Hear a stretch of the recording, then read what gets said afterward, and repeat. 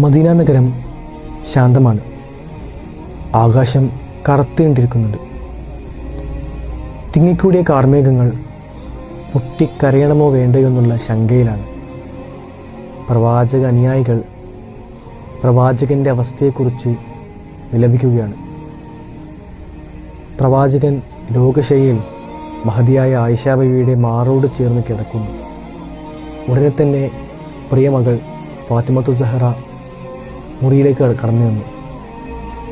പിതാവിൻ്റെയും പുത്രിയും ഇടയ്ക്ക് സ്വകാര്യത ഉണ്ടാവട്ടെ എന്ന് കരുതി മഹതിയായ ആയിഷ പുറത്തേക്ക് ചെന്നു.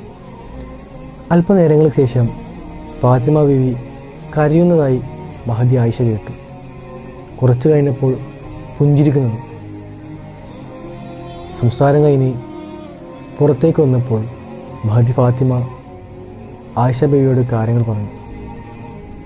എൻ്റെ പിതാവ് ഈ അവസ്ഥയിൽ തന്നെ അള്ളാഹുവിലേക്ക് യാത്രയായിട്ട്, അതുകൊണ്ടാണ് ഞാൻ പൊട്ടിക്കരയാൻ കാരണം.